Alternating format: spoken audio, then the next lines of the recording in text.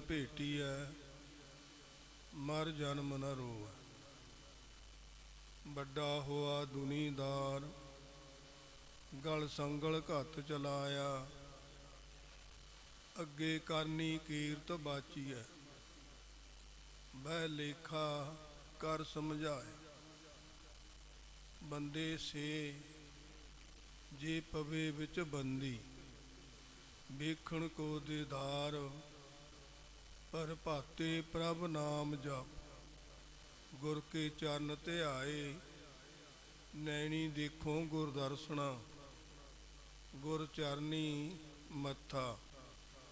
ਨਾਨਕ ਚਰਨੀ ਲੱਗਿਆ ਉਧਰੈ ਸਭੋ ਕੋ। ਬਾਬਾ ਜੀ ਆਪਣੀ ਬਾਣੀ ਅੰਦਰ ਕਿਰਪਾ ਕਰਦੇ ਆ। ਚਰਨ ਕਮਲ ਹਿਰਦੇ ਵਸੈ ਸੰਕਟ ਸਭ ਖੋਵੈ। ਕਿਹਦੇ ਚਰਨ ਕਮਲ ਬਾਬਾ ਜੀ ਕਿਰਪਾ ਕਰਦੇ ਸੀ? ਮੇਰੇ ਗੁਰੂ ਨਾਨਕ ਦੇ। ਬਾਬਾ ਆਨੰਦ ਸਿੰਘ ਜੀ ਦਾ ਵਚਨ ਹੈ। ਜਦੋਂ ਉਹਨਾਂ ਨੇ ਵਚਨ ਕਰਨੇ ਉਹਨਾਂ ਨੇ ਕਹਿਣਾ ਮੇਰੇ ਗੁਰੂ ਨਾਨਕ ਦੇ ਚਰਨ। ਚਰਨ ਕਮਲ ਹਿਰਦੇ ਬਸੈ ਸੰਕਟ ਸਭ ਖੋਵੈ। ਜਿਹੜਾ ਵੀ ਜੀਵ ਧਿਆਨ ਕਰਦਾ ਹੈ ਗੁਰੂ ਨਾਨਕ ਦੇ ਚਰਨਾਂ ਦਾ ਧਿਆਨ ਕਰਦਾ ਹੈ ਬਾਣੀ ਪੜ੍ਹਦਾ ਹੈ ਉਹ ਫਿਰ ਚਰਨ ਹਿਰਦੇ ਵਿੱਚ ਵਸ ਜਾਂਦੇ ਆ। ਫਿਰ ਬਾਬਾ ਜੀ ਕਿਰਪਾ ਕਰਦੇ ਸੀ ਸੰਕਟ ਵੀ ਘਟ ਜਾਂਦੇ ਆ। ਕਿਉਂ? ਜੋ ਬਾਬਾ ਜੀ ਦੀ ਬਾਣੀ ਹੈ ਉਹ ਤਿੰਨ ਕਾਲ ਸੱਤ ਹੈ। ਬਾਬਾ ਜੀ ਇਹ ਵੀ ਬਚਨ ਕਰਦੇ ਸੀ ਸੱਚਖੰਡ ਵੱਲ ਸਿਹਾਰਾ ਕਰਕੇ ਬਈ ਸੱਚਖੰਡ ਦਾ ਨਕਸ਼ਾ ਆਪਣੇ ਹਿਰਦੇ ਵਿੱਚ ਉਤਾਰ ਲਓ, ਇਹਦਾ ਫੋਟੋ ਲਾ ਲਵੋ। ਫਿਰ ਤੁਹਾਨੂੰ ਕਿਤੇ ਵੀ ਗਏ ਹੋ, ਤੁਸੀਂ ਵਿਦੇਸ਼ਾਂ 'ਚ ਗਏ ਹੋ, ਬਾਹਰ ਅੰਦਰ ਗਏ ਹੋ, ਜੰਗਲਾਂ 'ਚ ਗਏ ਹੋ, ਕਿਤੇ ਤੁਹਾਨੂੰ ਭੀੜ ਪੈਂਦੀ ਹੈ, ਗੁਰੂ ਨਾਨਕ ਦੇ ਚਰਨਾਂ 'ਚ ਅਰਦਾਸ ਕਰੋਗੇ ਤਾਂ ਗੁਰੂ ਨਾਨਕ ਤੁਹਾਡੀ ਬਾਂਹ ਫੜਨਗੇ। ਬਾਬਾ ਜੀ ਤੁਹਾਡੀ ਬਾਂਹ ਫੜਨਗੇ। ਇਹ ਬਾਬਾ ਜੀ ਦਾ ਉਪਦੇਸ਼ ਹੁੰਦਾ ਸੀ। ਚਰਨ ਕਮਲ ਹਿਰਦੇ ਬਸੈ ਸੰਕਟ ਸਭ ਖੋਵੈ। ਫਿਰ ਜਿਹੜੇ ਸਾਡੇ ਸੰਕਟ ਹੈ ਉਹ ਦੂਰ ਹੋ ਜਾਂਦੇ ਆ। ਅਸੀਂ ਗੁਰੂ ਨਾਨਕ ਅੱਜ ਜਿਵੇਂ ਰਾਜ ਕਲਯੁਗ ਦਾ ਹੈ ਪਹਿਰਾ ਹੈ ਗੁਰੂ ਨਾਨਕ ਦਾ। ਗੁਰੂ ਨਾਨਕ ਜੀ ਮਹਾਰਾਜ ਉਹਨਾਂ ਦਾ ਪਹਿਰਾ ਹੈ ਰਾਜ ਕਲਯੁਗ ਦਾ। ਜਿਹੜਾ ਵੀ ਯਾਦ ਕਰਦਾ ਹੈ ਸੱਚੇ ਹਿਰਦੇ ਨਾਲ ਅਰਦਾਸਾਂ ਜੋਦੜੀਆਂ ਕਰਦਾ ਤੇ ਬਾਬਾ ਜੀ ਉਹਦੀਆਂ ਸੁਣਦੇ ਆ, ਉਹਦੇ ਤੇ ਮਿਹਰਾਂ ਵੀ ਕਰਦੇ ਆ। ਚਰਨ ਕਮਲ ਹਿਰਦੇ ਵਸੈ ਸੰਕਟ ਸਭ ਖੋਵੈ। ਗੁਰ ਪੂਰਾ ਜਿਸ ਭੇਟੀਐ। ਪੂਰੇ ਗੁਰੂ ਦੇ ਆਪਣਾ ਆਪ ਭੇਟ ਕਰਨਾ।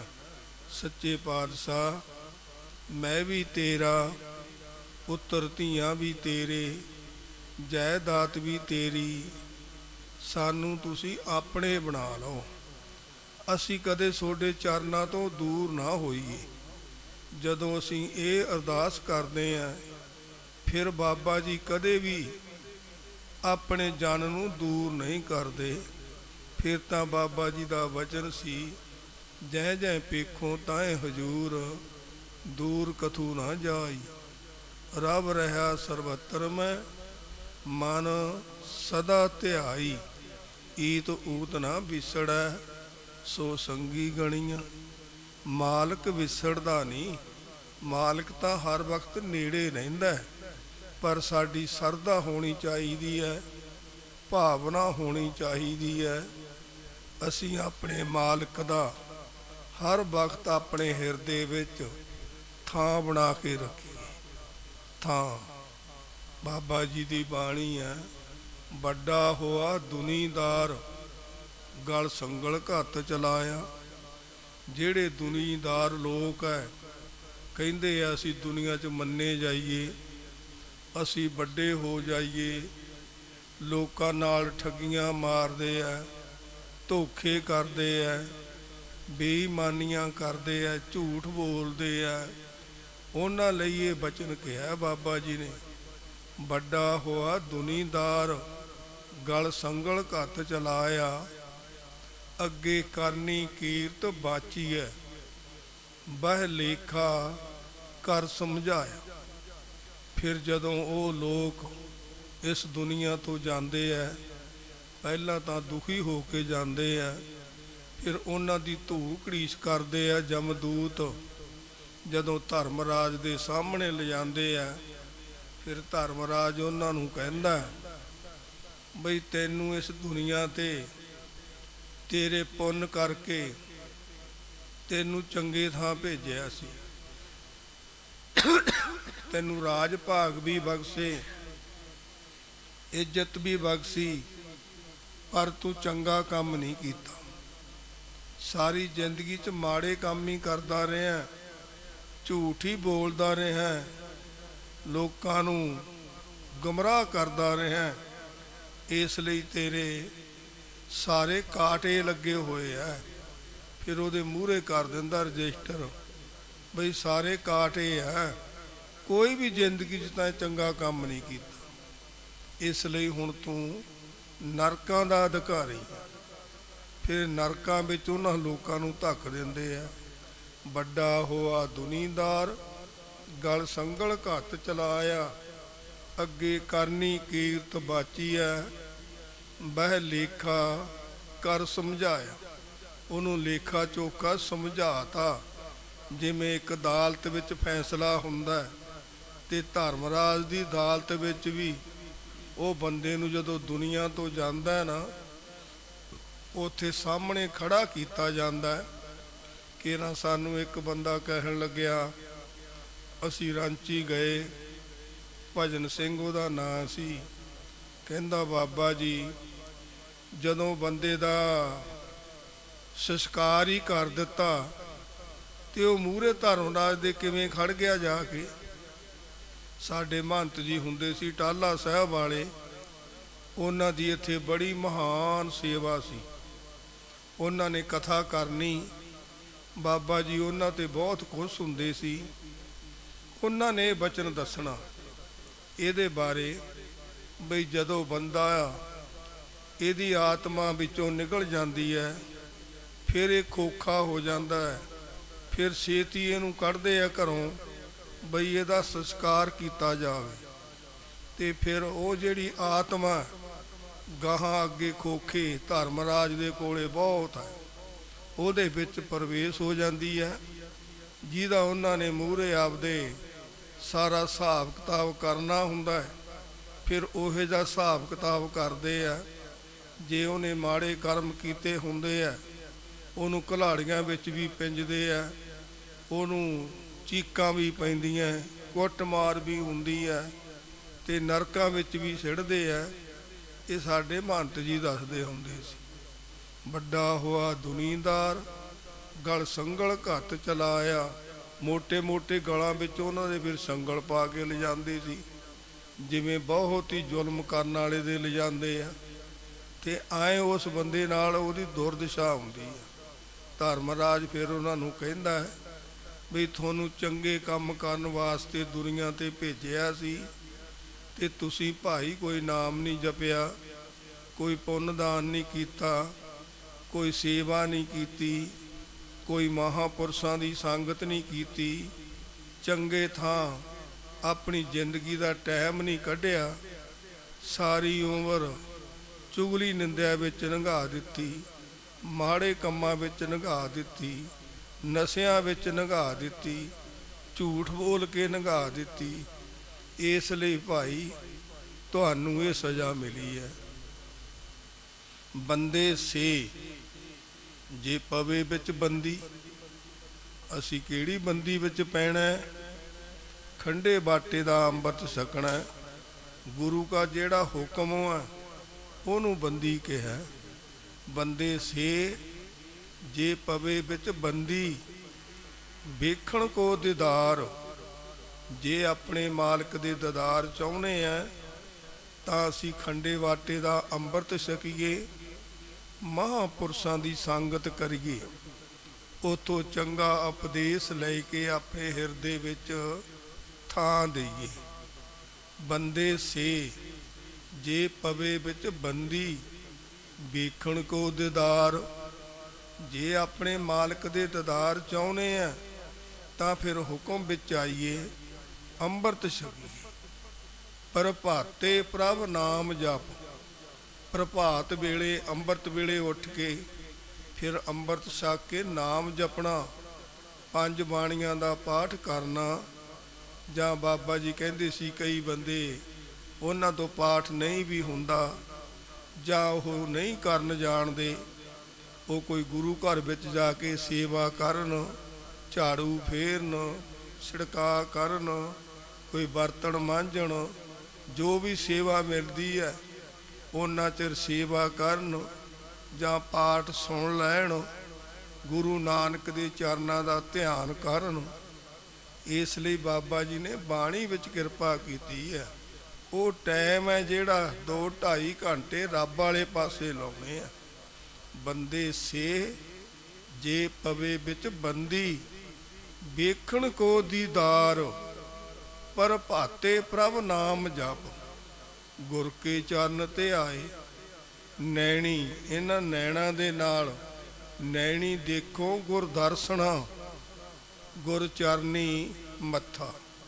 ਇਹਨਾਂ ਨੈਣਾ ਦੇ ਨਾਲ ਅਸੀਂ ਗੁਰੂ ਨਾਨਕ ਦੇ, ਬਾਬਾ ਜੀ ਦੇ ਦਰਸ਼ਨ ਕਰਨੇ ਆ ਤੇ ਗੁਰੂ ਦੇ ਚਰਨਾਂ ਤੇ ਮੱਥਾ ਟੇਕਣਾ।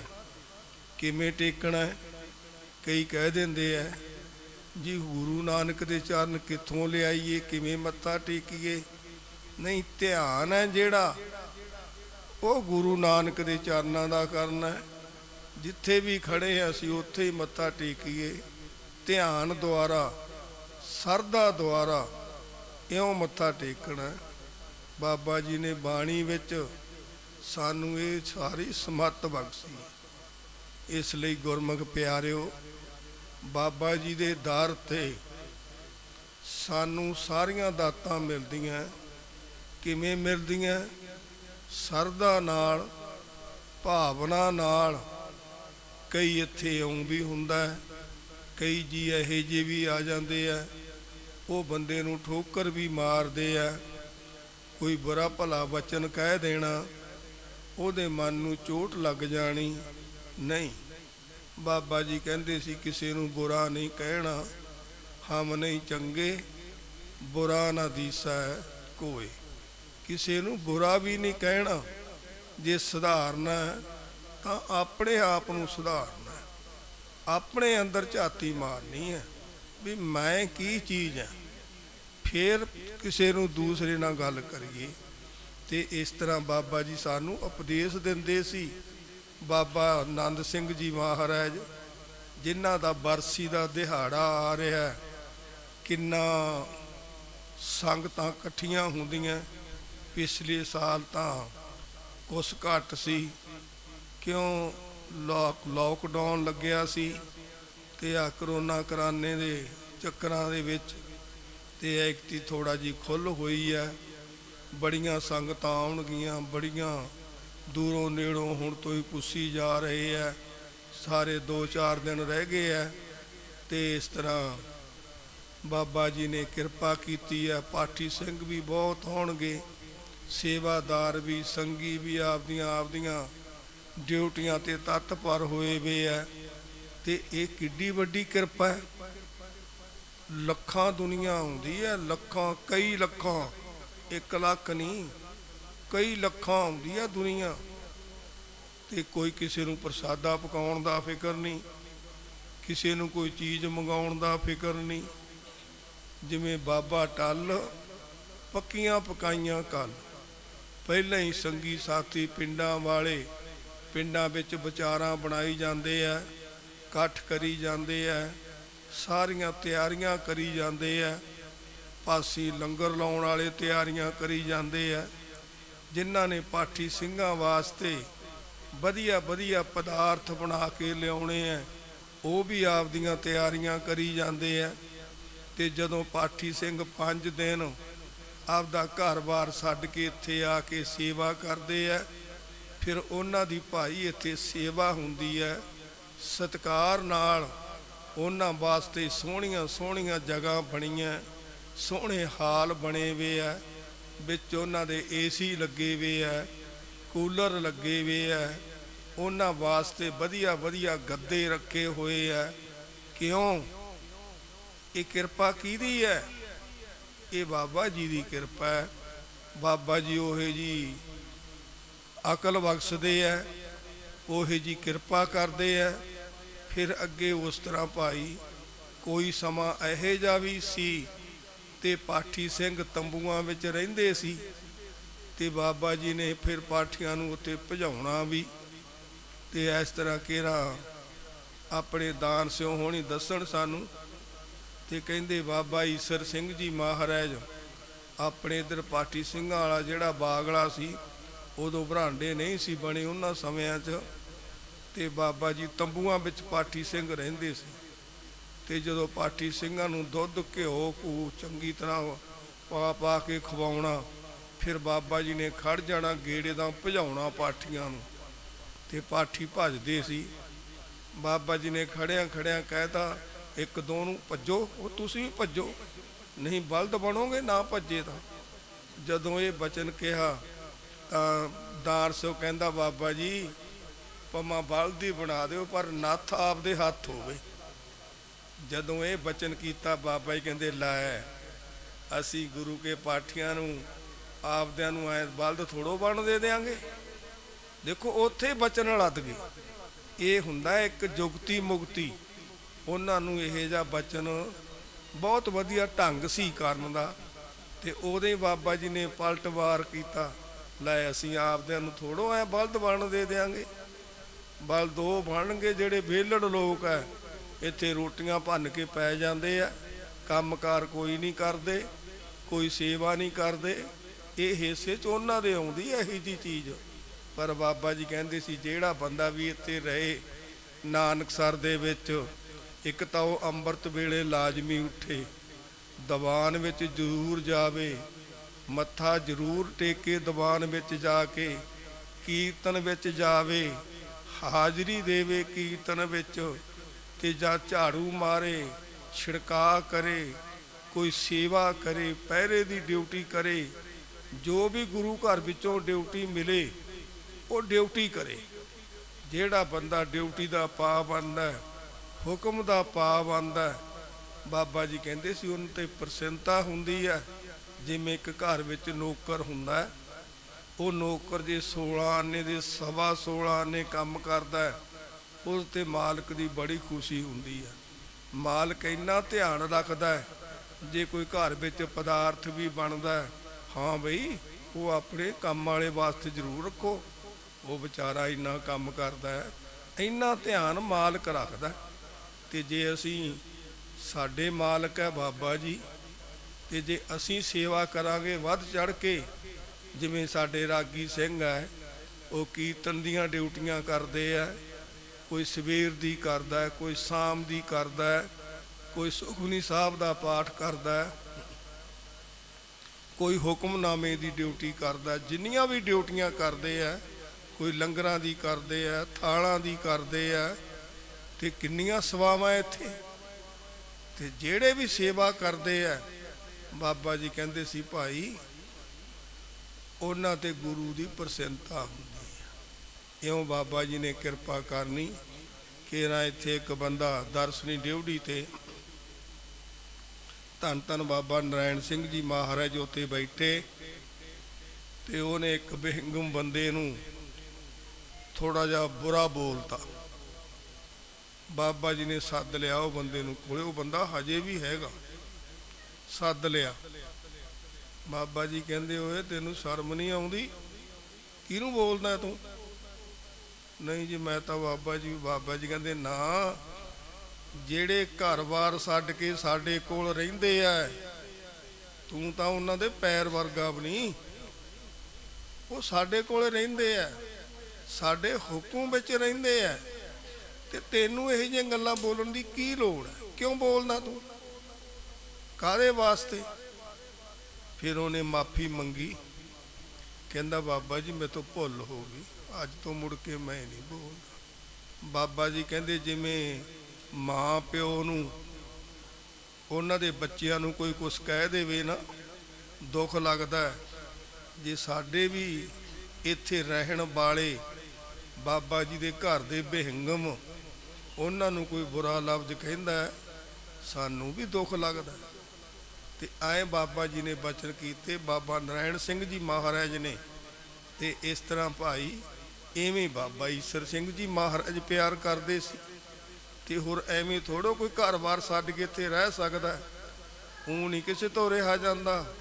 ਘਰ ਨਾਲੋਂ ਵੱਧ ਪਿਆਰ ਇੱਥੇ ਮਿਲਦਾ ਤਾਂ ਰਹਿੰਦੇ ਆ। ਤੇ ਇਸ ਲਈ ਭਾਈ ਬਾਬਾ ਜੀ ਇਹ ਵੀ ਬਚਨ ਸੀ ਬਾਬਾ ਜੀ ਦਾ। ਬਾਬਾ ਜੀ ਕਹਿੰਦੇ ਬਾਹਰਲਾ ਪੂਰਨ ਸੰਤ ਹੋਵੇ, ਇੱਥੇ ਦਾ ਪੱਕਾ ਰਹਿਣ ਵਾਲਾ ਬਿਹੰਗਮ ਹੋਵੇ, ਆਪਣੀ ਡਿਊਟੀ ਕਰਦਾ ਹੋਵੇ, ਉਹ ਇੱਕ ਬਰਾਬਰ ਹੈ, ਉਹਦੇ ਨੰਬਰ ਵੱਧ ਹੋਣਗੇ ਬਿਹੰਗਮ ਦੇ। ਇਹ ਬਾਬਾ ਈਸਰ ਸਿੰਘ ਜੀ ਦਾ ਬਚਨ ਹੈ। ਤੇ ਇਸ ਤਰ੍ਹਾਂ ਭਾਈ ਬਾਬਾ ਜੀ ਆਏ ਸਾਡੇ ਤੇ ਕਿਰਪਾ ਕਰਦੇ ਸੀ। ਤੇ ਬਾਬਾ ਜੀ ਦੇ ਨਾਲ ਫਿਰ ਕਿੰਨੇ ਬਿਹੰਗਮ ਰਹਿੰਦੇ ਸੀ, ਕਿੰਨੇ ਰਾਗੀ ਰਹਿੰਦੇ ਸੀ। 2-2 ਜੋੜੀਆਂ ਇੱਥੇ 3-3 ਰੱਖੀਆਂ ਹੁੰਦੀਆਂ ਸੀ, ਇੰਨੇ ਬਾਜੇ ਦੇ ਦੜੂ ਦੜੂ ਹੁੰਦੀ ਸੀ, ਖੁਸ਼ ਹੋ ਕੇ ਕੀਰਤਨ ਕਰਦੇ ਸੀ। ਫਿਰ ਬਾਬਾ ਜੀ ਨੇ ਬਚਨ ਕਰਨਾ ਭਾਈ ਰਾਗੀ ਸਿੰਘਾਂ ਬਾਰੇ, ਜਦੋਂ ਦੀਵਾਨ ਦੇ ਵਿੱਚ ਜਾਣਾ ਉਦੋਂ ਵਧੀਆ ਵਸਤਰ ਪਾ ਕੇ ਜਾਣੇ ਆ, ਐਨ ਕਿਰਾ ਤਿਆਰ ਬਰ ਤਿਆਰ ਹੋ ਕੇ ਐਂ ਜਾਣਾ ਵੀ ਮੈਂ ਇੱਕ ਏਡੇ ਮਾਲਕ ਦਾ ਪੁੱਤ ਹੈ। ਐਂ ਬੈਠਣਾ ਜਾ ਕੇ ਹੌਸਲੇ ਨਾਲ। ਫਿਰ ਜਿਵੇਂ ਕਹਿੰਦੇ ਨਾ ਰੱਬ ਦੇ ਗੁਣ ਗਾ ਭਾਵੇਂ ਕੱਟੇ ngੂੜਾ, ਫਿਰ ਐਂ ਬੋਲਣਾ ਦੱਬ ਕੇ, ਇਹ ਨਹੀਂ ਵੀ ਐਵੇਂ ਮੂੰਹ ਜਾਂ ਸਮਾਰੀ ਜਾਈਏ। ਤੇ ਇਸ ਤਰ੍ਹਾਂ ਫਿਰ ਬਾਬਾ ਜੀ ਦੇ ਗੁਣ ਗਾਉਣੇ ਆ। ਤੇ ਕੀ ਬਾਬਾ ਜੀ ਤੱਕਦੇ ਨਹੀਂ? ਗੁਰੂ ਸਾਹਿਬ ਤਾਂ ਮੂਹਰੇ ਬਿਰਾਜਮਾਨ ਹੈ, ਤੇ ਉਹ ਤਾਂ ਸਾਡੇ ਵੱਲ ਤੱਕ ਰਹੇ ਆ। ਉਹ ਕੱਲੇ ਕੱਲੇ ਜੀ ਨੂੰ ਵੇਖਦੇ ਆ। ਜੇ ਕੋਈ ਬਹਿ ਕੇ ਹੱਸਦਾ, ਮਖੌਲ ਕਰਦਾ, ਇੱਧਰ ਉੱਧਰ ਝਾਕਦਾ ਨਾ, ਬਾਬਾ ਜੀ ਕਹਿੰਦੇ ਸੀ ਭੈ ਨਾਲ ਬੈਠਣਾ, ਭੈ ਨਾ ਡਰਨਾ ਬੈਠਣਾ ਵੀ ਮੇਰਾ ਮਾਲਕ ਮੂਹਰੇ ਬੈਠਾ ਮੈਨੂੰ ਵੇਖ ਰਿਹਾ। ਇੰਨਾ ਭੈ ਰੱਖਣਾ। ਜਿਹੜਾ ਬੰਦਾ ਭੈ ਕਰਦਾ ਫਿਰ ਉਹਦੇ ਵਿੱਚ ਭਾਈ ਭਗਤੀ ਹੈ। ਐਂ ਫਿਰ ਬਾਬਾ ਜੀ ਦੇ ਇਹ ਬਚਨ ਹੈ, ਕਈ ਵਾਰੀ ਫਿਰ ਯਾਦ ਆ ਜਾਂਦੇ ਆ ਤੇ ਫਿਰ ਉਹ ਸਾਨੂੰ ਦੱਸਣੇ ਪੈਂਦੇ ਆ। ਨਾਲੇ ਬਾਬਾ ਜੀ ਦੀ ਹੁਣ ਵਰਸੀ ਦਾ ਦਿਹਾੜਾ ਆ ਰਿਹਾ, ਵੱਧ ਚੜ੍ਹ ਕੇ ਸੰਗਤਾਂ ਨੇ ਸੇਵਾ ਕਰਨੀ ਹੈ। ਸਾਰਾ ਇਲਾਕਾ ਬਾਬਾ ਜੀ ਦੇ ਪਿਆਰ ਵਾਲਾ ਇਲਾਕਾ ਹੈ, ਦੂਰੋਂ ਨੇੜੋਂ ਵੀ ਸੰਗਤਾਂ ਨੇ ਆਉਣਾ ਹੈ। ਐਕਤੀ ਜਿਵੇਂ ਕਹਿੰਦੇ ਆ ਦਿੱਲੀਆਂ ਤੋਂ ਵੀ ਆਉਣਗੇ, ਹੋਰ ਵੀ ਬੜੇ ਬੜੇ ਸੂਬਿਆਂ 'ਚੋਂ ਆਉਣਗੇ। ਕਿਉਂ? ਰੇਲਾਂ ਗੱਡੀਆਂ ਚੱਲ ਪਈਆਂ। ਉਦੋਂ ਪਿਛਲੇ ਸਾਲ ਰੇਲ ਗੱਡੀ ਬੰਦ ਸੀ, ਫਿਰ ਵੀ ਸੰਗਤ ਕਿੰਨੀ ਇਕੱਠੀ ਹੋ ਗਈ ਸੀ। ਸਾਡੀ ਸਾਰੇ ਪਾਠੀ ਸਿੰਘਾਂ ਨੂੰ ਵੀ ਬੇਨਤੀ ਹੈ ਬਈ ਸਾਰਿਆਂ ਨੇ ਭਾਈ ਤਕੜੇ ਹੋ ਕੇ ਆਉਣਾ ਹੈ। ਇੱਥੇ ਸਭ ਦੀ ਤਿਆਰੀ ਪੂਰਾ ਇੱਥੇ ਧਿਆਨ ਰੱਖਿਆ ਜਾਵੇਗਾ। ਕਈ ਲੋਕ ਇਹੋ ਜਿਹੇ ਵੀ ਆਉਂਦੇ ਆ ਬਾਹਰਲੇ ਸੰਤ, ਉਹ ਆ ਕੇ ਆਪਦੀਆਂ ਮਰਜ਼ਾਦਾ ਵੀ ਇੱਥੇ ਲਿਖਦੇ ਆ। ਉਹ ਨਹੀਂ ਅਸੀਂ ਲਿਖਣ ਦੇਣੀਆਂ ਕਿਸੇ ਨੂੰ। ਜਿਹੜੀ ਇੱਥੇ ਮਰਜ਼ਾਦਾ ਬਾਬਾ ਆਨੰਦ ਸਿੰਘ ਜੀ ਮਹਾਰਾਜ, ਬਾਬਾ ਈਸਰ ਸਿੰਘ ਜੀ ਮਹਾਰਾਜ, ਉਹਨਾਂ ਦੇ 3 ਮਹਾਂਪੁਰਸ਼ ਉਹਨਾਂ ਨੇ ਚਲਾ ਦਿੱਤੀ। ਇਹ ਉਹੀ ਮਰਜ਼ਾਦਾ ਇੱਥੇ ਚੱਲਦੀ ਹੈ।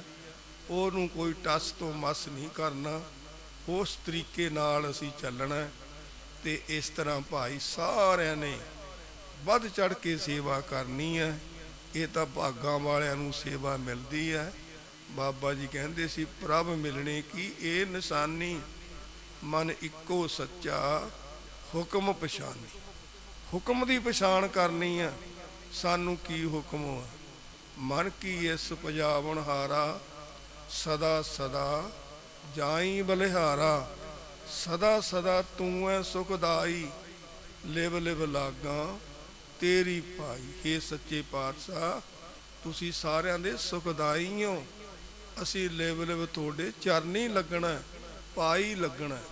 ਲਿਵ ਲਿਵ ਲਾਗਾ ਤੇਰੀ ਪਾਈ। ਸਭ ਕੁਛ ਤੇਰੇ ਬਸ। ਕੀ ਨਹੀਂ ਬਾਬਾ ਜੀ ਦੇ ਬਸ? ਸਾਰਾ ਕੁਝ ਬਸ ਹੈ। ਕਈ ਬੰਦੇ ਢਿੱਲੇ ਮੱਠੇ ਹੋ ਜਾਂਦੇ, ਫਿਰ ਹਾਏ ਹਾਏ ਕਰਦੇ ਆ। ਜੇ ਬਾਬਾ ਜੀ ਅੱਗੇ ਸੱਚੇ ਹਿਰਦੇ ਨਾਲ ਅਰਦਾਸ ਕਰੀਏ, ਬਾਬਾ ਜੀ ਸਾਡੇ ਤੇ ਮਿਹਰ ਕਰੋ, ਸਾਡੇ ਵਿੱਚ ਜੋ ਵੀ ਐਬ ਹੈ, ਭੈੜ ਪੁਣਾ ਹੈ, ਉਹ ਬਾਬਾ ਜੀ ਸਾਡੇ ਨੂੰ ਬਖਸ਼ ਕਰੋ, ਅਸੀਂ ਉਹ ਚੀਜ਼ਾਂ ਤੋਂ ਖਹਿੜਾ ਸੁੱਟੇ ਸਾਡਾ, ਤੇ ਫਿਰ ਬਾਬਾ ਜੀ ਦੀਆਂ ਮਿਹਰਾਂ ਵੀ ਹੋ ਜਾਂਦੀਆਂ। ਇਹ ਕੋਈ ਵੱਡੀ ਗੱਲ ਹੈ? ਮਾਲਕ ਤਾਂ ਕਿਰਨ ਸਾਨੂੰ ਬੇਨਤੀ ਕਰਨ ਦੀ ਡੋਰ ਹੈ, ਪਰ ਸੱਚੇ ਹਿਰਦੇ ਨਾਲ। ਤੇ ਜੇ ਅਸੀਂ ਆਪਣੇ ਮਾਲਕ ਨੂੰ ਅੱਖੋਂ ਭੁਲੇਖੇ ਕਰਦੇ ਹਾਂ, ਫਿਰ ਬਈ ਕਈ ਵਾਰੀ ਦੁੱਖ ਉਠਾਉਣਾ ਪੈਂਦਾ ਹੈ। ਪਰ ਬਾਬਾ ਜੀ ਕਹਿੰਦੇ ਸੀ, ਭਾਈ ਅਸੀਂ ਆਪਣਿਆਂ ਤੇ ਬੜਾ ਪਿਆਰ ਆ ਸਾਨੂੰ, ਤੇ ਸਾਡੇ ਜਿਹੜਾ ਹੁਕਮ ਵਿੱਚ ਚੱਲੇਗਾ ਉਹ ਚੜ੍ਹਦੀ ਕਲਾ ਵਿੱਚ ਰਹੇਗਾ, ਉਹ ਕਦੇ ਵੀ ਢਹਿੰਦੀ ਕਲਾ ਵਿੱਚ ਨਹੀਂ ਹੁੰਦਾ। ਜੇ ਸਗਨ ਦੀ ਢਿੱਲ ਮਿਸ ਹੁੰਦਾ ਹੈ, ਸੇਵਾ ਭਾਵ ਵਧਾ ਦੇਵੇ, ਨਿਤਨੇਮ ਵਧਾ ਦੇਵੇ, ਤੇ ਓਨਾ ਹੀ ਫਿਰ ਮਿਹਰ ਹੋ ਜਾਂਦੀ ਹੈ। ਪੁੰਨ ਵੱਧ ਜਾਂਦੇ ਆ ਤੇ ਮਿਹਰ ਹੋ ਜਾਂਦੀ ਹੈ। ਇਹ ਪੁੰਨ ਵਧਾਉਣ ਦੇ ਬਾਬਾ ਜੀ ਤਰੀਕੇ ਦੱਸਦੇ ਸੀ। ਇਸ ਲਈ ਇਹ ਆ ਹੁਕਮ, ਜਿਹੜਾ ਹੁਕਮ ਮੰਨਦਾ ਉਹ ਤੇ ਫਿਰ ਮਾਲਕ ਦੀਆਂ ਮਿਹਰਾਂ ਹੁੰਦੀਆਂ। ਪ੍ਰਭ ਮਿਲਣੇ ਕੀ ਇਹ ਨਿਸ਼ਾਨੀ, ਮਨ ਇੱਕੋ ਸੱਚਾ ਹੁਕਮ ਪਛਾਨੀ। ਮਨ ਕੀ ਇਸ ਪਜਾਵਣ ਹਾਰਾ, ਸਦਾ ਸਦਾ ਜਾਈ ਬਲਿਹਾਰਾ। ਸਦਾ ਸਦਾ ਤੂੰ ਐ ਸੁਖਦਾਈ, ਲਿਵ ਲਿਵ ਲਾਗਾ ਤੇਰੀ ਪਾਈ। ਸਭ ਕੁਛ ਤੇਰੇ ਬਸ, ਤੇਰਾ ਘਰ ਭਲਾ, ਤੇਰਾ ਘਰ ਆਨੰਦ ਵਧਾਈ। ਤੁਧ ਘਰ, ਕਿਹਦੇ ਘਰ ਆਨੰਦ ਵਧਾਈ ਹੈ? ਗੁਰੂ ਨਾਨਕ ਦੇ ਘਰ ਵਿੱਚ, ਬਾਬਾ ਜੀ ਦੇ ਘਰ ਵਿੱਚ ਕਿੰਨੀਆਂ ਮਿਹਰਾਂ। ਪੱਕੇ ਪਕਾਏ ਪ੍ਰਸ਼ਾਦੇ ਆਉਂਦੇ ਆ, ਉਹ ਵੀ ਚੰਗੀ ਤਰ੍ਹਾਂ ਦੋ ਦੋ ਪਾਸਿਆਂ ਤੋਂ ਚੋਪੜ ਕੇ, ਦੋੜਾ ਦਹੀਂ ਪ੍ਰਸ਼ਾਦਾ ਪਾਣੀ। ਉੱਠਦਿਆਂ ਨੂੰ ਕਿੰਨੇ ਪਿਆਰ ਵਾਲੇ ਸੰਗੀ ਆ ਜਿਹੜੇ ਸੇਵਾ ਕਰਦੇ ਆ। ਧੰਨ ਹੈ ਉਹ ਸੰਗੀ ਜਿਹੜੇ 3-3 ਵਜੇ 2-2 ਵਜੇ ਮਾਈਆਂ ਉੱਠ ਕੇ ਇਸ਼ਨਾਨ ਪਾਣੀ ਕਰਕੇ ਪ੍ਰਸ਼ਾਦਾ ਪਾਣੀ ਬਣਾਉਂਦੇ ਆ, ਨਾਲੇ ਵਾਹਿਗੁਰੂ ਵਾਹਿਗੁਰੂ ਨਾਲ ਕਰਦੇ ਆ, ਪਾਠ ਕਰਦੇ ਆ, ਫਿਰ ਪ੍ਰਸ਼ਾਦੇ ਬਣਾ ਕੇ ਘਰ ਵਾਲਿਆਂ ਕੋਲੇ ਭੇਜਦੇ ਆ। ਤੇ ਆ ਕੇ ਫਿਰ ਇੱਥੇ ਵਿਹਲੇ ਵੀ ਨਹੀਂ ਬਹਿੰਦੇ, ਕੋਈ ਝਾੜੂ ਮਾਰਦਾ, ਕੋਈ ਪਾਣੀ ਛਿੜਕਦਾ, ਤੇ ਨਾਲੇ ਦੀਵਾਨ ਸੁਣਦੇ ਆ। ਇਹ ਹੈ ਗੁਰੂ ਨਾਨਕ ਦੀ ਕਿਰਪਾ, ਬਾਬਾ ਜੀ ਦੀ ਕਿਰਪਾ। ਜਿਵੇਂ ਬ੍ਰਹਮ ਬਿੰਦਾ ਤਿਸ ਦਾ ਬ੍ਰਹਮ ਮਤ ਰਹੈ, ਏਕ ਸ਼ਬਦ ਲਿਵ ਲਾਏ, ਨਵ ਨਿਧੀ 18 ਸਿੱਧੀ। ਇਸੇ ਲੱਗੀਆਂ ਫਿਰ ਹੈ, ਜੋ ਹਰ ਹਿਰਦੇ ਸਦਾ ਬਸਾਏ। ਬਾਬਾ ਜੀ ਨੇ ਕਿਹਨੂੰ ਹਿਰਦੇ ਵਿੱਚ ਵਸਾਇਆ? ਗੁਰੂ ਨਾਨਕ ਨੂੰ ਵਸਾਇਆ। ਕਈ ਹੋਰ ਹੀ ਬਾਬਿਆਂ ਨੂੰ ਗੁਰੂ ਨਾਨਕ ਬਾਬਾ ਜੀ ਦੇ ਗੁਰੂ ਬਣਾਈ ਜਾਣਗੇ। ਬਾਬਾ ਆਨੰਦ ਸਿੰਘ ਜੀ ਦਾ ਕੌਣ ਗੁਰੂ ਸੀ? ਬਾਬਾ ਆਨੰਦ ਸਿੰਘ ਜੀ ਦਾ ਗੁਰੂ ਗੁਰੂ ਨਾਨਕ ਸੀ। ਗੁਰੂ ਨਾਨਕ ਨੇ ਕਿਰਪਾ ਕੀਤੀ ਹੈ। ਇਹ ਸਾਡੇ ਉਹ ਮੁਨਸਾ ਸੋਹਣੀ ਦੱਸਦੇ ਹੁੰਦੇ ਸੀ, ਜਦੋਂ ਕਹਿੰਦੇ ਬਾਬਾ ਜੀ ਨੇ ਸਤੀਰੀ ਚੜਾਉਣ ਲੱਗੇ, ਸਤੀਰੀ ਰਹਿ ਗਈ ਛੋਟੀ, ਤੇ ਉਸ ਟਾਈਮ ਤੇ ਫਿਰ ਉਸਤਾਦ ਸੀ ਜਿਹੜਾ ਬਾਬਾ ਜੀ ਦਾ, ਉਹ ਕਹਿਣ ਲੱਗਿਆ, ਆਨੰਦ ਸਿਆ ਇਹ ਤੂੰ ਕੀ ਕੀਤਾ ਹੈ? ਹੁਣੇ ਸਤੀਰੀ ਚੜ੍ਹਨੀ ਨਹੀਂ, ਜ਼ਿਮੀਂਦਾਰ ਦਾ ਨੁਕਸਾਨ ਹੋਵੇਗਾ। ਤੇ ਬਾਬਾ ਜੀ ਕਹਿਣ ਲੱਗੇ, ਕੋਈ ਨਹੀਂ, ਮੈਂ ਸਵੇਰੇ ਚੜਾਊਂ। ਤੇ ਬਾਬਾ ਜੀ ਨੇ ਰਾਤ ਨੂੰ ਅਰਦਾਸ ਕੀਤੀ ਗੁਰੂ ਨਾਨਕ ਦੇ ਚਰਨਾਂ ਵਿੱਚ।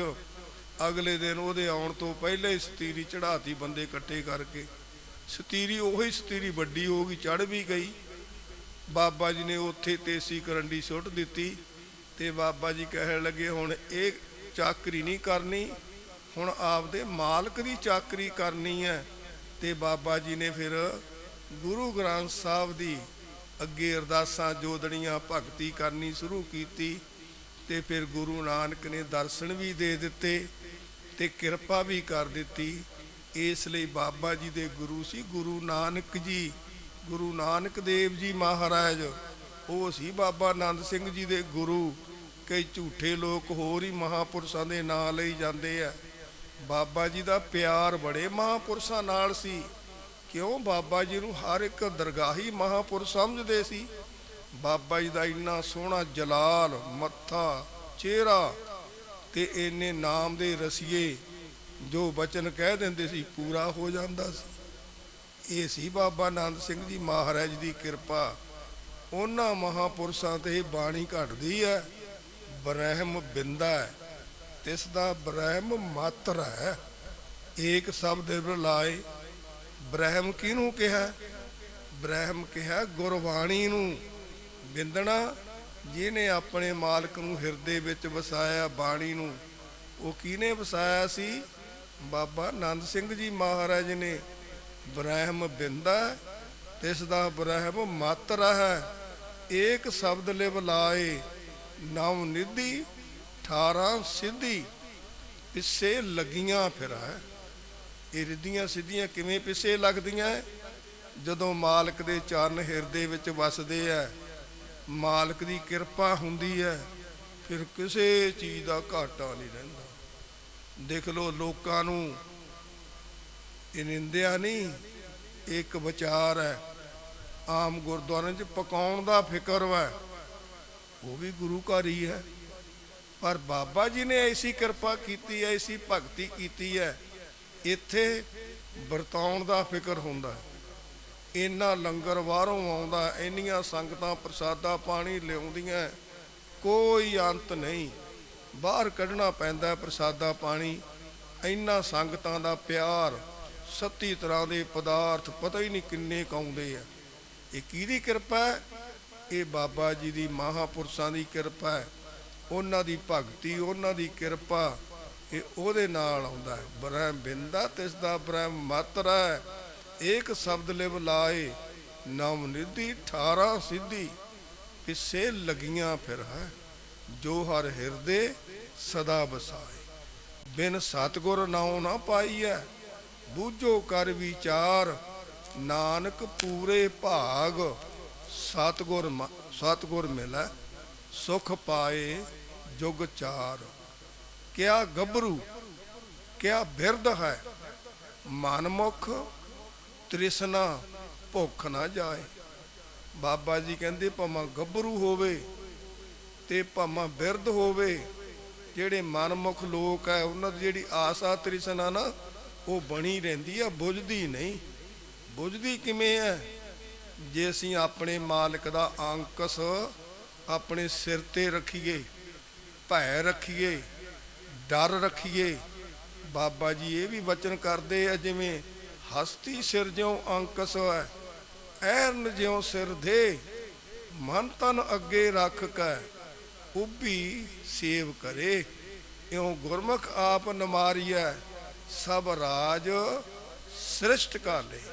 ਬਾਬਾ ਜੀ ਨੇ ਕਿਹੜਾ ਐਡਾ ਹਾਥੀ ਜਾਨਵਰ ਹੁੰਦਾ, ਉਹ ਤੇ ਛੋਟਾ ਜਿਹਾ ਮਹਾਵਤ ਬੈਠਾ ਹੁੰਦਾ, ਤੇ ਉਹਦੇ ਕੋਲ ਇੱਕ ਸੂਆ ਹੁੰਦਾ ਤੇ 2 ਫੁੱਟ ਦਾ ਪਾਈਪ ਹੁੰਦਾ, ਵਿੱਚ ਇੱਕ ਕੁੰਡਾ ਹੁੰਦਾ। ਤੇ ਜੇ ਹਾਥੀ ਵਿਚਰਦਾ ਹੈ, ਮਨ ਮਰਜ਼ੀ ਕਰਦਾ ਹੈ, ਉਹਦੇ ਸੂਆ ਖਵੋ ਦਿੰਦਾ। ਤੇ ਫਿਰ ਉਹਦੇ ਕੁੰਡੇ ਕੰਨ 'ਚ ਪਾ ਕੇ ਨਾ, ਗਲੀਆਂ ਹੁੰਦੀਆਂ, ਕੁੰਡਾ, ਉਹਨੂੰ ਕਹਿੰਦਾ ਇੱਧਰ ਨੂੰ ਮੁੜ, ਤੈਨੂੰ ਮੈਂ ਐਂ ਕਹਿਣਾ। ਫਿਰ ਉੱਧਰ ਨੂੰ ਮੁੜਨ ਲੱਗ ਜਾਂਦਾ ਹੈ। ਉਹਨੂੰ ਕਿਹੜੀ ਚੀਜ਼ ਦਾ ਡਰ ਹੈ? ਉਹਨੂੰ ਉਹ ਡੰਡੇ ਦਾ, ਉਹ ਮਹਾਵਤ ਦਾ ਡਰ ਹੈ। ਤੇ ਅਸੀਂ ਕਿਹਦਾ ਡਰ ਰੱਖਣਾ ਹੈ? ਅਸੀਂ ਬਾਬਾ ਜੀ ਦਾ ਡਰ ਰੱਖਣਾ ਹੈ, ਆਪਣੇ ਮਾਲਕ ਦਾ ਭੈ ਰੱਖਣਾ ਹੈ। ਜਿਹੜੇ ਭੈ ਰੱਖਦੇ ਆ, ਬਾਬਾ ਜੀ ਕਹਿੰਦੇ ਭੈ ਅੰਦਰ ਭਗਤੀ ਹੈ। ਇਸ ਲਈ ਗੁਰਮੁਖ ਪਿਆਰਿਓ, ਸਾਰੇ ਬਹੁਤ ਵੱਡੇ ਭਾਗਾਂ ਵਾਲੇ ਹੋ। ਤੇ ਬਾਬਾ ਜੀ ਦਾ ਬਰਸੀ ਦਾ ਦਿਹਾੜਾ, ਜਿਵੇਂ 9 ਭਾਦੋਂ ਨੂੰ ਦੇਸੀ ਮਹੀਨਾ, 9 ਭਾਦੋਂ ਨੂੰ ਪਾਠ ਪ੍ਰਕਾਸ਼ ਹੋਣਗੇ। ਤੇ ਇਸ ਤਰ੍ਹਾਂ ਫਿਰ 10-11 ਵਜੇ 11 ਨੂੰ ਭੋਗ ਪੈਣਗੇ, 11 ਨੂੰ ਪ੍ਰਕਾਸ਼ ਹੋ ਕੇ, ਤੇ ਫਿਰ 12 ਨੂੰ ਨਗਰ ਕੀਰਤਨ ਹੋਵੇਗਾ ਸਰੋਵਰ ਦੇ ਦਾਲੇ ਦੀ, ਤੇ 13 ਨੂੰ ਭੋਗ ਪੈਣਗੇ। ਤੇ ਇਸ ਤਰ੍ਹਾਂ ਹੋਣਾ। ਸਾਰੀਆਂ ਸੰਗਤਾਂ ਨੂੰ ਆਈਆਂ ਗਈਆਂ ਦਾ ਧਿਆਨ ਰੱਖਣਾ, ਪਿਆਰ ਰੱਖਣਾ, ਸਾਰੇ ਸਫਾਈਆਂ ਕਰਨੀਆਂ। ਕਿਸੇ ਵੀ ਖੱਲ ਖੂੰਜੇ ਵਿੱਚ ਕੋਈ ਚੀਜ਼ਾਂ ਮੈਲੀਆਂ ਪਈਆਂ, ਉਹ ਚੱਕਣੀਆਂ, ਸਫਾਈ ਕਰਨੀ। ਜਿਵੇਂ ਕਿਸੇ ਘਰ ਵਿੱਚ ਵਿਆਹ ਹੁੰਦਾ ਹੈ, ਘਰ ਵਾਲੇ ਕਿੰਨੀ ਸਫਾਈ ਕਰਦੇ ਆ। ਤੇ ਸਾਡਾ ਵੀ ਇੱਥੇ ਰਹਿਣ ਵਾਲਿਆਂ ਦਾ ਸਭ ਦਾ ਫਰਜ਼ ਹੈ, ਜਿੱਥੇ ਕਿਤੇ ਮਾੜੀ ਮੋਟੀ ਵੀ ਊਣਤ ਆਈ ਹੈ, ਧਿਆਨ ਕਰਕੇ। ਬੜੇ ਸੰਗੀ ਆਉਂਦੇ ਆ, ਬੜੀਆਂ ਸੇਵਾ ਕਰਨ ਵਾਲੇ ਆਉਂਦੇ ਆ, ਪੁੱਛਦੇ ਆ ਬਾਬਾ ਜੀ ਹੁਕਮ ਕਰੋ, ਅਸੀਂ ਕੀ ਸੇਵਾ ਕਰੀਏ, ਅੱਜ ਅਸੀਂ ਕੀ ਸੇਵਾ ਕਰੀਏ। ਤੇ ਫਿਰ ਭਾਈ ਉਹ ਵਿਚਾਰੇ ਸੰਗੀ ਸੇਵਾ ਕਰਨ ਆਉਂਦੇ ਆ, ਸੇਵਾ ਨੂੰ ਮੇਵਾ ਲੱਗਦਾ ਕਰਕੇ ਕੋਈ ਵੇਖ, ਸੇਵਾ ਨੂੰ ਹੀ ਮੇਵਾ ਲੱਗਦਾ। ਇਸ ਲਈ ਭਾਈ ਸਾਰੇ ਭਾਗਾਂ ਵਾਲਿਓ ਜਿੰਨੀਆਂ ਵੀ ਸੰਗਤਾਂ ਆਈਆਂ, ਤੇ ਇਸ ਤਰ੍ਹਾਂ ਸਾਡਾ ਫਿਰ ਵਿਚਾਰ ਬਣਿਆ। ਬਾਬਾ ਜੀ ਕਿਰਪਾ ਕਰਨ, ਜਿੱਦੇ ਵਾਰੀ ਹੁੰਦੀ ਆ ਉਹਦੇ ਫਿਰ ਅੱਧਾ ਘੰਟਾ ਬਚਨ ਬਲਾਸ ਕਰ ਲਿਆ ਕਰਾਂਗੇ। ਤੇ ਕਿਉਂ ਮਸਾਂ ਇਹ ਬਾਬਾ ਜੀ ਦਾ ਸਾਲਾਨਾ ਸਮਾਗਮ, ਭਾਗਾਂ ਵਾਲਿਓ ਸਾਰੀਆਂ ਸੰਗਤਾਂ ਜਿੰਨੇ ਵੀ ਇੱਥੇ ਆਏ ਹੋ, ਤੇ ਅਸੀਂ ਹੁਣ ਸਮਾਪਤੀ ਕਰਦੇ ਹਾਂ। ਚਰਨ ਕਮਲ ਹਿਰਦੇ ਵਸੈ, ਸੰਕਟ ਸਭ ਖੋਵੈ, ਗੁਰ ਪੂਰਾ ਜਿਸ ਭੇਟੀਐ, ਮਰ ਜਨਮ ਨਾ ਰੋਵੈ। ਵੱਡਾ ਹੋਆ ਦੁਨੀਦਾਰ, ਗਲ ਸੰਗਲ ਘੱਤ ਚਲਾਇਆ, ਅੱਗੇ ਕਰਨੀ ਕੀਰਤ ਬਾਚੀਐ, ਬਹਿ ਲੇਖਾ ਕਰ ਸਮਝਾਇਆ। ਬੰਦੇ ਸੇ ਜੇ ਪਵੇ ਵਿੱਚ ਬੰਦੀ, ਦੇਖਣ ਕੋ ਦੀਦਾਰ, ਪਰ ਭਾਤੇ ਪ੍ਰਭ ਨਾਮ ਜਪ, ਗੁਰ ਕੇ ਚਰਨ ਧਿਆਏ, ਨੈਣੀ ਦੇਖੋ ਗੁਰ ਦਰਸ਼ਨਾ, ਗੁਰ ਚਰਨੀ ਮੱਥਾ, ਨਾਨਕ ਚਰਨੀ ਲੱਗਿਆ, ਉਧਰੈ ਸਭੋ ਕੋਏ। ਜੇ ਅਸੀਂ ਗੁਰੂ ਨਾਨਕ ਦੇ ਚਰਨੀ ਲੱਗਾਂਗੇ, ਗੁਰੂ ਨਾਨਕ ਸਾਡੇ ਤੇ ਮਿਹਰਾਂ ਕਰਨਗੇ, ਬਾਬਾ ਜੀ ਸਾਡੇ ਤੇ ਕਿਰਪਾ ਕਰਨਗੇ। ਬਾਬਾ ਜੀ ਸਾਡੇ ਵਿਚੋਲੇ ਆ, ਜੋ ਵੀ ਇਹਨਾਂ ਅੱਗੇ ਅਰਦਾਸ ਕਰਾਂਗੇ ਉਹੀ ਸਾਡੇ ਤੇ ਮਿਹਰਾਂ ਹੋਣਗੀਆਂ। ਸਾਰੀਆਂ ਸੰਗਤਾਂ ਜਿੰਨੇ ਆਏ ਹੋ ਵੱਡੇ ਭਾਗਾਂ ਵਾਲਿਓ, ਅਸੀਂ ਹੁਣ ਸਮਾਪਤੀ ਕਰਦੇ ਹਾਂ। ਚੰਗੇ ਵਿਚਾਰਾਂ ਨੂੰ ਹਿਰਦੇ ਵਿੱਚ ਥਾਂ ਦੇਵਾਂਗੇ, ਫਿਰ ਸਾਨੂੰ ਕੀ ਮਿਲੇਗਾ। ਇਹ ਲੋਕ ਸੁਖੀਏ ਪਰਲੋਕ ਸਹੇਲੇ, ਨਾਨਕ ਹਰ ਪ੍ਰਭ ਆਪੇ ਹੀ ਮੇਲੇ। ਵਾਹਿਗੁਰੂ ਜੀ ਕਾ ਖਾਲਸਾ, ਵਾਹਿਗੁਰੂ ਜੀ ਕੀ ਫਤਿਹ।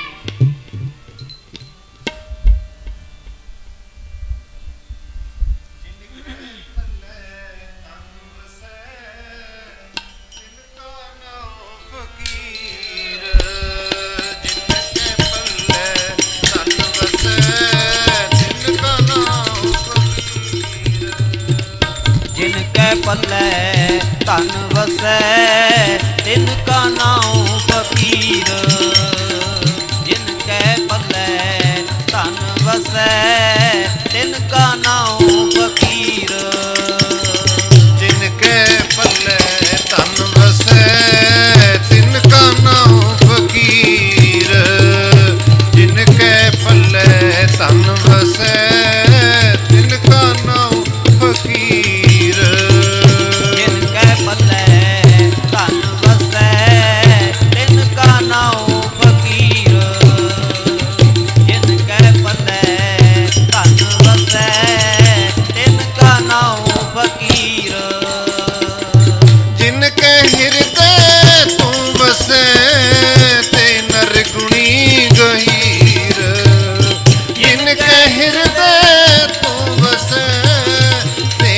ਗੁਣੀ ਗਹੀ